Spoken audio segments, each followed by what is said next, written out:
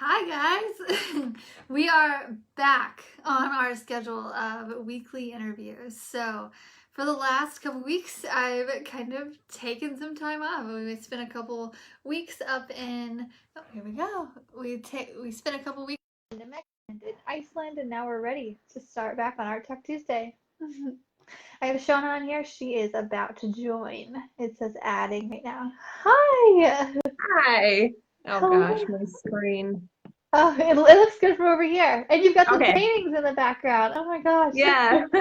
Awesome. Thank you so much for coming on here and taking some time out of your night to come talk to us. I'm so excited to have you on here. I'm really appreciative that you invited me. Yes, awesome. I've been following you for a little over a year, and I'm just like, and every time you post something, I'm just in awe. I'm like, oh my gosh, they just because it's kind of hard to do the rainbow type thing, but make it look really good, and you do such an amazing job at that.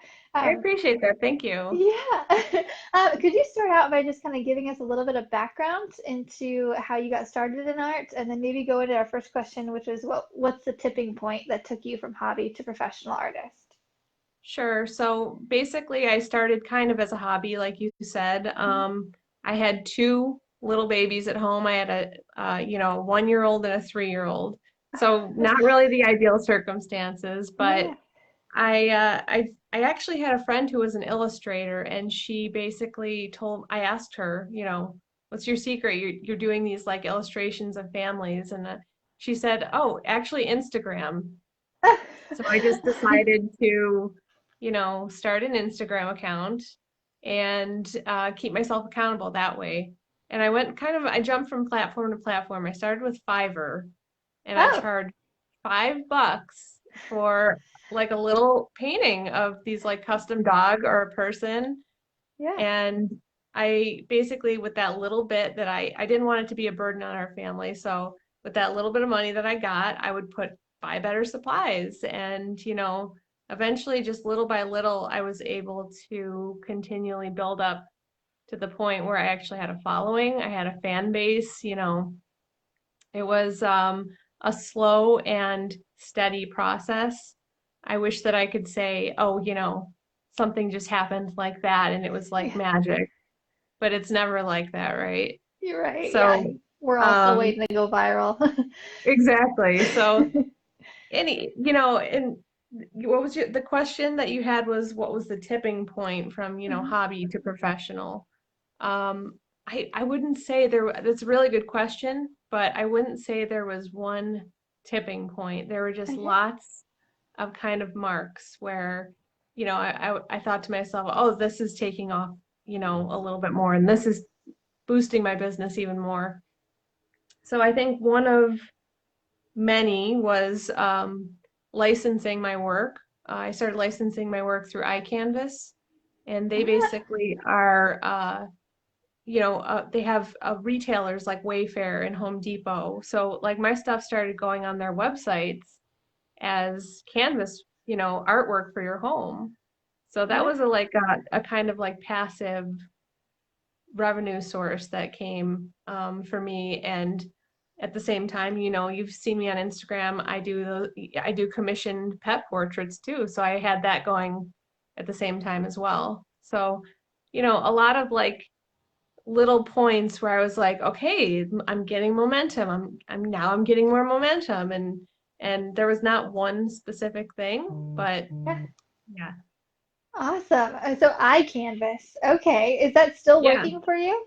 Because I'm gonna check that yeah. out. It's actually worked out super well. I have a collection on there, and I continually add to it, and they have promotional events. Like you'll see my stuff maybe on Zulily at some point in time, and then it'll come off there for a while. So they're doing all the legwork for me, and I'm able to just maintain my portfolio and make a commission off of it basically. So Very it's a cool. really really cool avenue, that has supported me and has allowed me to kind of build up my personal collection too, because I specifically work in dogs, but at the same time, like I paint all types of animals, Yeah. and have been able to continually add to that collection because I work with them now, and there's a good reason to do that, so Yeah, that's brilliant. Okay, I've never even heard of that, so I'm definitely yeah. gonna probably make an account tonight after you said that. Yeah, actually, Awesome. so iCanvas is kind of like art.com. So they have like specific artists where they license with. And so it's, Oh, okay. yeah, yeah. So they like are an art, retailer. So Yeah. yeah, Okay. Very cool. yeah. So what makes up your typical work day? How many hours do you usually spend painting per day? Well, um, I try and only paint maybe 3 to 4 days per week. There is a lot outside of painting that I actually do, including, the social media, the administration stuff, the web work, just accounting, just all that like little minutia that you don't think you would have to deal with as an artist, Yeah. but in fact you do. So basically, I start my day at 6 in the morning. I go right into painting before my kids wake up. They're a little bit older now. They go to school. I paint before they wake up so that I can actually have a good start to the day and feel like I have accomplished something while I have that quiet time in the morning before they're awake. Okay. um, then I am able to get them on the bus and off to school. And the only reason I'm mentioning that is it's been a huge part of my art career is to be in their lives to the maximum extent. So my studio is at home, and I'm able to take off whenever I need to take off. I'm able to uh, take care of them when they're sick. And that's always kind of how I've built my business around, is having that flexibility so that I can still, you know, I started when they were babies, just kind of sitting at the coffee table. When they were done for the day, they were out for the night, and like having that precious like time, to myself.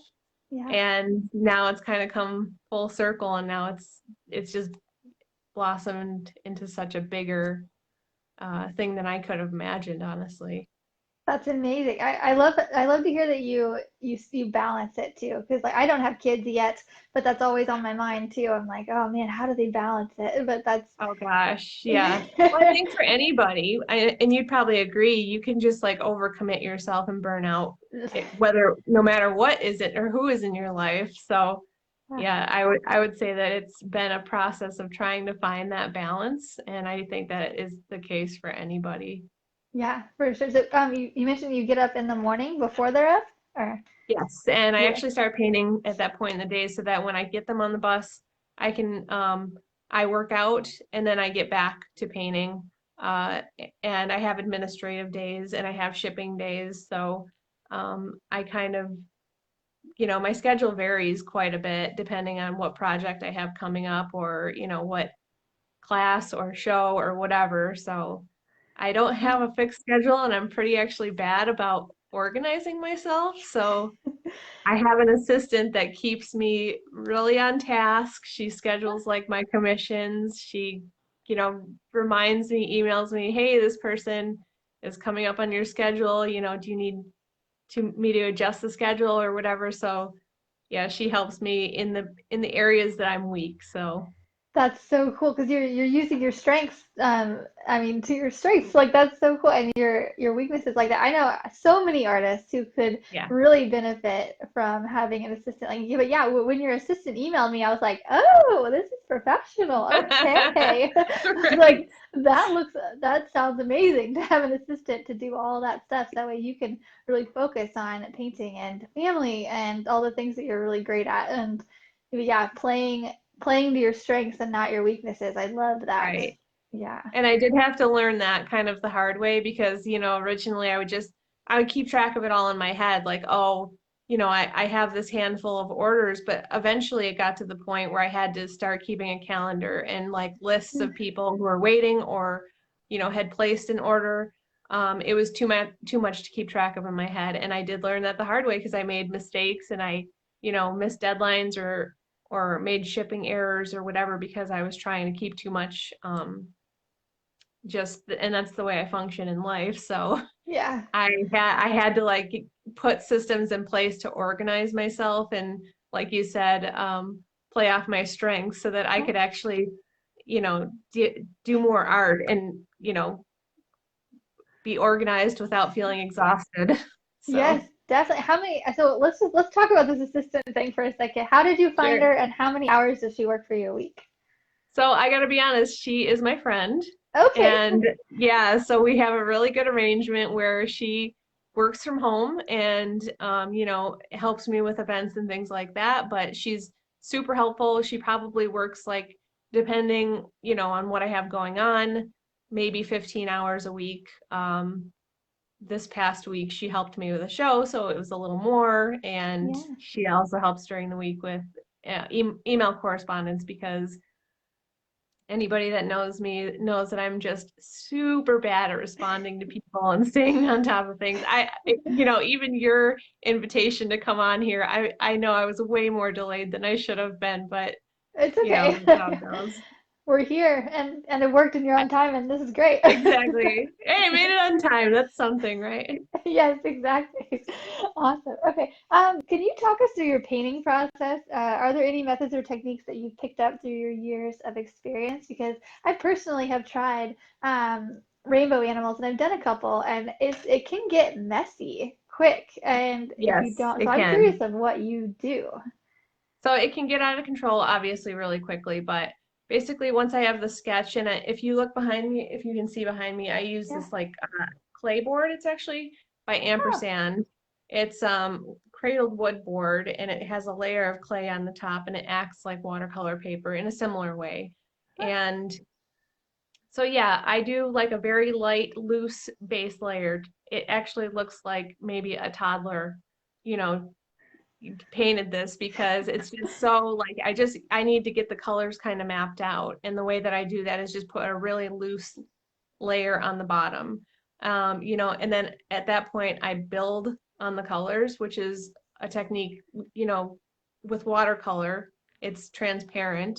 So you can actually start with really light layers and build on top of them and it charges the color, what is what it's called. Um, so I make a lot of mistakes while I'm painting, but honestly, I incorporate it into the painting because that's what I hated about watercolor before I started it was Mm. it just seemed if it's on the paper, it's just there forever. You can't take it off. But there's ways of, kind of like getting around it. So uh, typically with watercolor paper, you use the white of the paper as white, right? So you Mm. can't build white on top of the colors. So with the clay board, one of my very favorite tools is an X-Acto knife. And Oh. I scratch out a lot of details into the clay. It's something kind of like a little bit more non-traditional, but I saw some other artists do it and I just tried experimenting with it and it worked out really, really well for me. So Wow. that's my main Sure. like medium and method for my paintings now is clay board and watercolor. Wow, that's so amazing. That's so unique too. And I would have never ever guessed that when I saw your stuff. Because I mean, every artist just thinks like it's on canvas and it's just, but that's Right. so cool. I'm so glad you shared that. Yeah. And people ask for recommendations as far as like, what supplies do I use? What watercolors do I use? I don't really like to give a lot of recommendations because I use a lot of stuff from different brands that I like. I do pretty consistently use the ampersand clay board, but I really just encourage people to experiment. And I really strongly feel like I can't give them the answer or the path to their artwork. I can give some recommendations, but I feel like the best way to figure out what you're good at is to try different mediums, try different surfaces. I use watercolor paper. I used to use it more, but not as much anymore. I've played with Yupo paper, which I don't know if you know what that is, but it's like a plastic sheen paper that you can use watercolor or inks on, but it basically, it just acts very, very different than traditional watercolor paper. So I've played with that before and just experimenting. I think that is the best way to like do something cool. Yeah, definitely. Yeah, like whenever people are asking like how do I find my niche? It's the same kind of thing. Like you just kind of experiment until you find out what Yes. you like. Is that how it would happen for you? Yeah, exactly. Honestly, this like really colorful style, pretty short into my Instagram life with with my art. I posted a picture of, I just tried these really bright, rainbowy, splashy. I just wanted to do something really quick, and the response to it was just so insane. Like everyone loved it. They were commenting like, "This is the best stuff you've ever done." So to me, that was a big aha moment where I thought to myself, there's something to this. Like I'm gonna push this style. I'm gonna keep trying more. I'm gonna refine it and get better at it. So obviously that's what I did over time. And um, but when people ask me what the secret to my success was on, I would say is just responding to people on people that are following you, people that are interested in your art, and people that are responding to you on social media.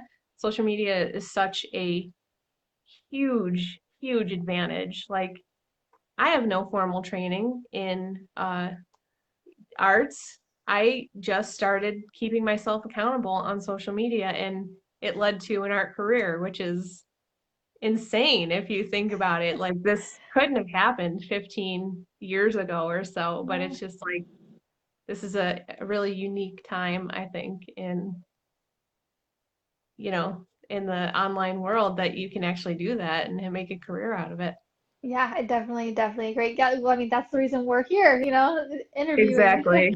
It's Yeah, because of social media. But few people hate on it so much, but I'm like, it's free advertising. Like, it is. And people that aren't using it, to me, I tell them all the time, like, you're leaving money on the table. Like, these are people that are interested in what you're doing. Talk to them, interact with them, and they could be your biggest fans. So it's just a very unique method that basically was able to propel my career, yeah, and it for doesn't sure. have to be Instagram, it can be Facebook, it can be whatever you feel comfortable with, but use something to talk to people, because just shutting yourself in your studio and working and emerging every once in a while and hoping people like it, just it doesn't work. Yeah, but it's what we would all love to do. I would love to do that Yeah, too. exactly. But yeah, I think Well, we're that's all just a good, artists, so yeah. yeah, I think that's just a great reminder. So I'm glad you shared that too, because I think everybody thinks like that, and it's just a good reminder just to get out there, even though it is kind of uncomfortable for like at first too. It's like promoting self-promotion is kind of strange. But Yes, then, like you said, just getting in the habit and keeping yourself accountable, it gets easier, and then it's like a job. exactly. It does. And Yeah. anyone that knows me personally knows that I'm just a super introverted person. Like, I just like to keep to myself. I like to work out of my house. I have my core group of friends, but I don't want to go out there and just, hey, world, like, this is what I do. Like, love me. It's just not me. So it's hard. It's hard as somebody who doesn't feel comfortable doing that, to get to that point where you feel like, you can share your work, but also not feel like you're being inauthentic. Yeah, definitely. I would have not guessed that from looking at your Instagram profile that you are super introverted either, uh, Right. which is the magic of getting to interview you. I'm like, that's so cool, because as am I, and as of a lot of viewers. It is true, yeah. And I've learned over time where my comfort zones are, and uh sometimes I kind of disappear from social media for a week or two, and in general, overall, I feel accountable to my account and my fans and the people that follow along. So I do try and post consistently, but sometimes you just get burnt out and you just have to step away for a minute, and that's people understand. Yeah, definitely. And it's so some people too, like you're gone and they don't really notice, but when you're back, they're like, oh yeah, okay, she's back. Like it's not as a big of a deal as we think it is. Exactly, right. Yeah. I really do stress to people though, if you're starting social media and you're trying to be accountable, don't disappear for really long periods of time and then expect the same kind of results when you get back, because people that are coming to your account see that you haven't posted or whatever for a really long time. It's like walking into a store with no one behind the counter. Yeah. You just you leave because it just seems empty in there. So I really do stress that people stay accountable to their social media in a balanced way. Yeah, definitely. Is there anything you don't like to paint without? I showed you my X-Acto knife. That Okay, is okay. super important to me when I paint on paper. Also important to me is my white gel pen because I use that as like a tool for adding white on watercolor paper. No. I've used the same mason jar since I started painting. I don't know why. I think I have a weird attachment to it. I've never really, understood why. I just use the same mason jar. It's like stained, but that's what I have to use. So yeah, those are Yeah. my must-haves. I also love Winsor& and Newton Series 7 watercolor brushes. Super expensive, but at the volume that I paint, super worth it for me.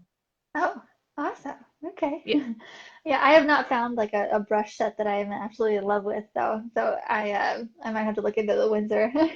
yeah. When you find your like real your brush and you notice a difference, it's a valuable asset, I think. Yeah, definitely. And you mentioned that jar and I was like, oh boy, I bet that thing looks so pretty. It's like Yeah, it does. It does sometimes. It's Oh pretty yeah. stained and yeah, Yeah. it's As it should be. clean and ready for a new batch of paint to go in it. Yes. Are there any art lessons you've learned the hard way? Yeah, I talked before about, burning out and overscheduling myself. So I would say one of the biggest things is saying yes to everything. You don't have to. Even when you're just getting started, I've heard people say, "Oh, you can't say no to don't say no to anything." But I really don't believe that. You need to do what's right for you and, for your family or your situation or whatever. Don't say yes to everything because in a lot of situations it's worked out really poorly for me. So I've said yes to maybe like licensing something to a small time person who has a t-shirt shop in this country and then I don't hear from them ever again, or I don't get paid or whatever. So I don't believe in saying yes to everything. I believe in filtering through and thinking about what it's actually gonna mean for you. So that you might notice means for me having to turn away business, having to say no, I can't schedule you for a commission because I'm really booked up for the next couple months and I can't overschedule myself or fit you in because I just can't do it without kind of losing my mind. Yeah. I know And the other, exactly what you mean. yeah, I mean, it's a hard balance to find, and it's taken 7 years for me, but eventually I learned it. Yeah, definitely. I know exactly what you mean. With being booked out 3 months or so in advance, it just like makes my head like I don't know because Same, if yeah. things Like take I have a limit in my head where if it goes past that, I'm like, no, yeah. I have to stop. I have to stop. So, and then the other thing I would say that was a hard lesson to learn is that your stuff can get stolen and it's really terrible feeling. It's gutting at first. My stuff, for instance, is manufactured in other countries on cheap kind of like stuff and sold all over Amazon by tons of different sellers. And it's really, really gutting at first, but it really hasn't affected my business personally, even though it is not right. Mhm. People take my signature off of stuff. I can't really control what other people do. So Yeah.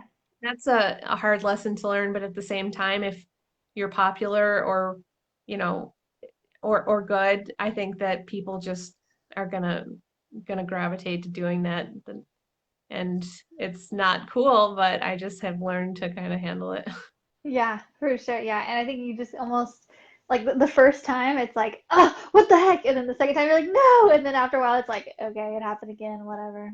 Like, Exactly. So I have a way of handling it now. Like I request stuff to be taken down, obviously. Like I'm not just gonna sit yeah, idly by, but it really is an uphill battle to try and find every, piece of manufactured or stolen manufactured good with my stuff on it. So gosh, that's crazy. And you could almost think of it as like a maybe brand awareness thing.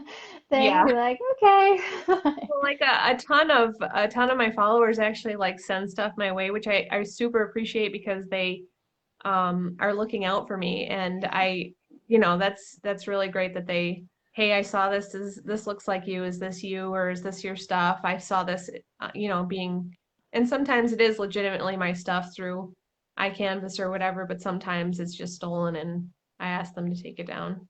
Yeah. Do they usually take it down? Yeah, I would say most of the time they have, yeah.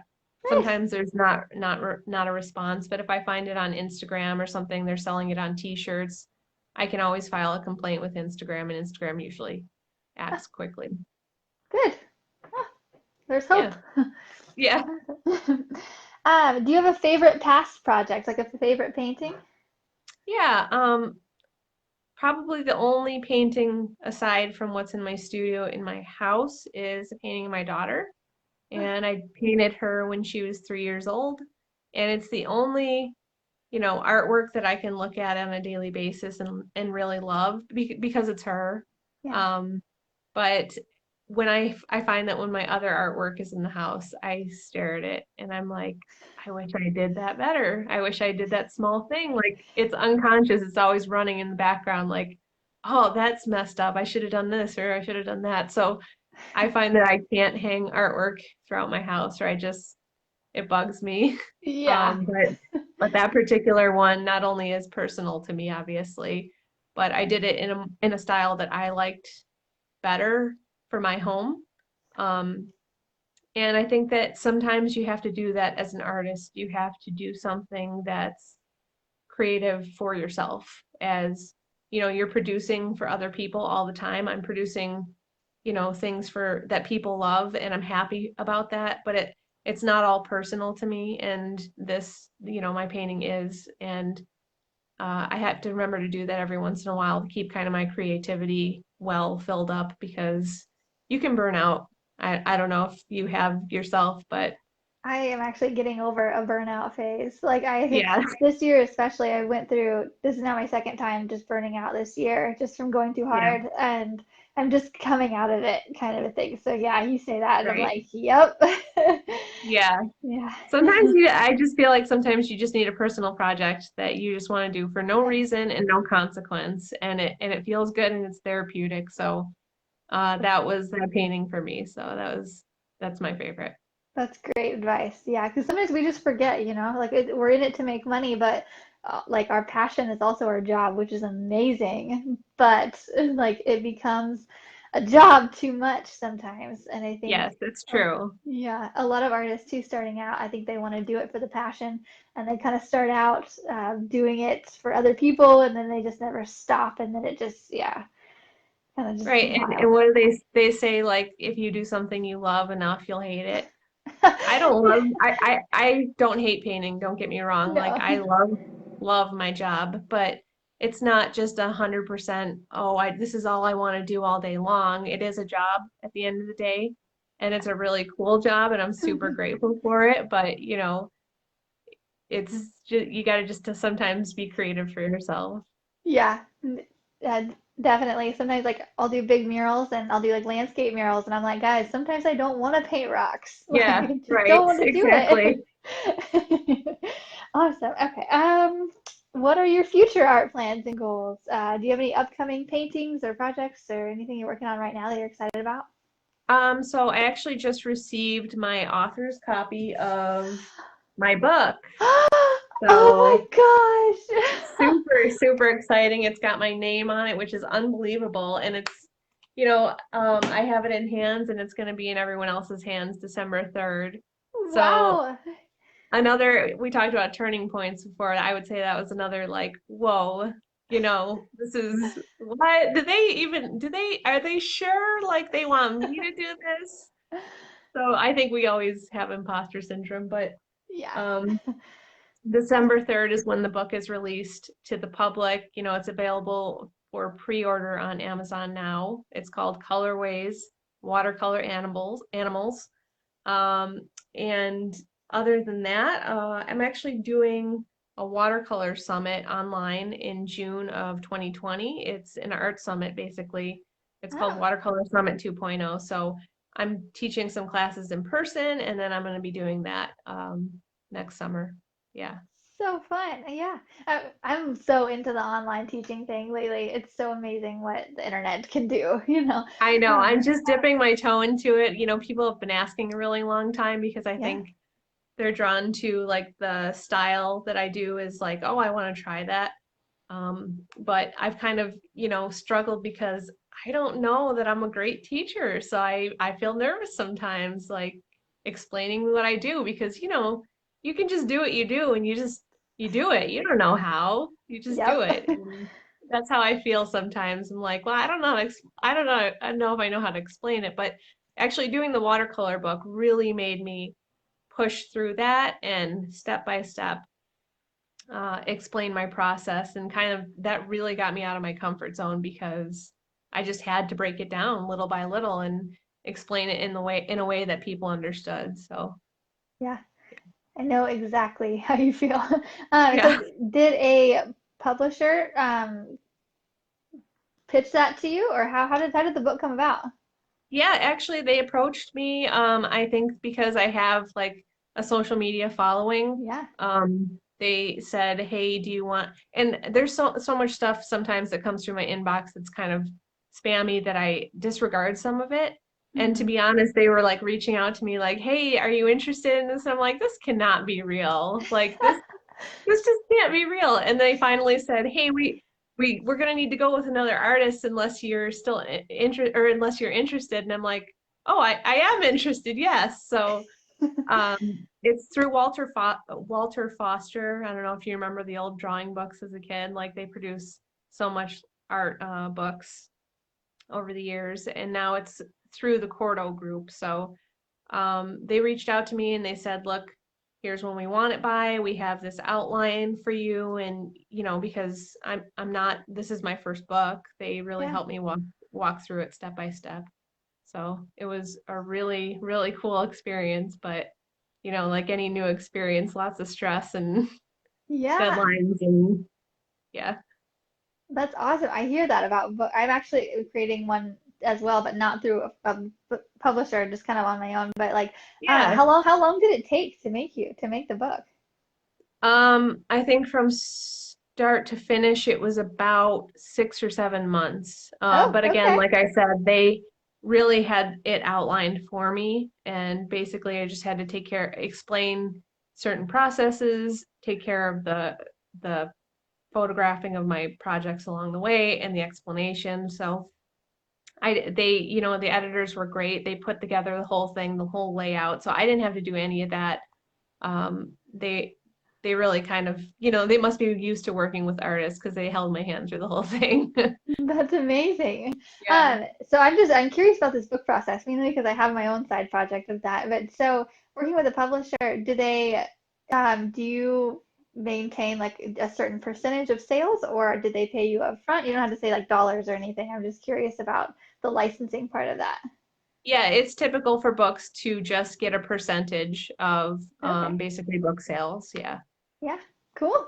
Awesome. Yeah. That's so So exciting. another, like I'm always pursuing that kind of long game Yeah. where what I'm doing, hour to hour isn't affecting, let me rephrase that. Hmm. I'd like streams of income that don't rely entirely on my hour to hour time.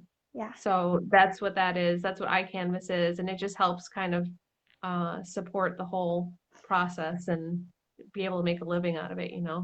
Yeah, definitely. I saw a quote at somewhere, maybe it was a meme or something that was like the difference between like an entrepreneur and someone who works a day job is being able to envision the long game.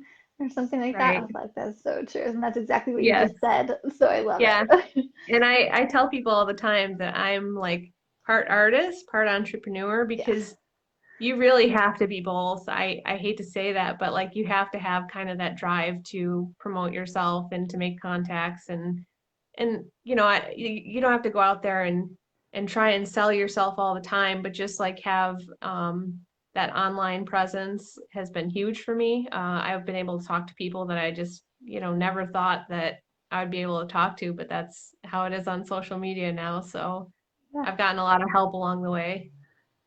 Yeah, amazing. I love that you said all of that because I'm constantly preaching in my Artist Academy group. I'm like, do this, do that, and you saying all that. I'm like, yes. Yes. It's not just coming from me. Like you comes from an expert. Okay. Um. So yeah, that's it. That's all I have. Oh wait, hold on. One last question. Um, Sure. is there any advice you would give to artists who want to make art their full-time career but just don't know where to start? Yes. I would say, first of all, forget what you think an artist is. Like, oh, this person has this much time, or this person has this much education, or this person has this much circumstances. Like, just put that aside and forget about it because in this like time that we're living in, I think that it's attainable for anybody, whether you have a family or you're single or you're just trying to make it on your own.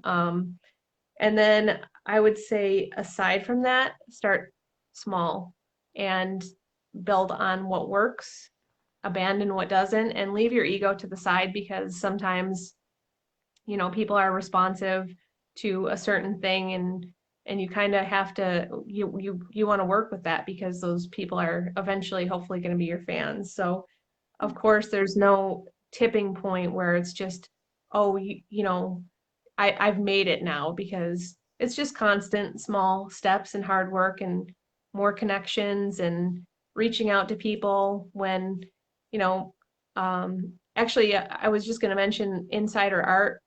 That was another tipping point. They Mhm. reached out to me, they did a piece on me, and the response to that, I like couldn't even handle the amount of emails that came into my inbox after that. Oh wow. Um, so that was like a gauntlet of interest, which was super flattering. But beyond that, like I started reaching out to local news stations, and I'm like, hey, I just wanted to let you know I was featured on this like major website.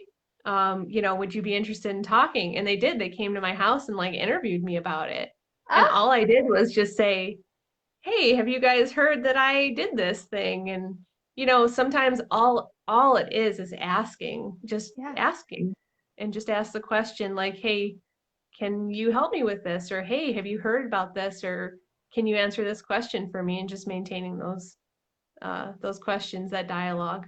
Yeah, definitely. And a lot of times news stations are looking for stuff, to like Exactly. interesting people with for interesting stories. And so you're doing them a favor. Yeah, and it's a ripple effect. So when I did shows after that, like people were coming through, like, didn't I see you on the news? And I'm like, yeah, that was me. So it's like a ripple effect, but you just gotta keep putting yourself out there.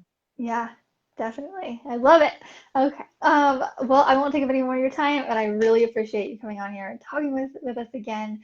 I'm so Absolutely. excited to get to meet you, first off. Thank you. Oh, And you're so sweet. Thank you for having me. yeah, no problem. All right. So you're at Weekday Best. That's correct. Basically, is it weekdaybest.com too? Weekdaybest.com or ShaunaRussell.com, whichever Okay. directs you to the same website, which is, my website. Okay, sounds good. Yeah, you guys can find it there. This will be made into a podcast episode and it'll be aired next Tuesday, and I'll send you the link and everything if you'd like to share it. And that's it. All right, I'm gonna get off here and go to Absolutely. bed probably. All So yeah, right. I'll talk to you later. Thank you so much. Bye. Bye.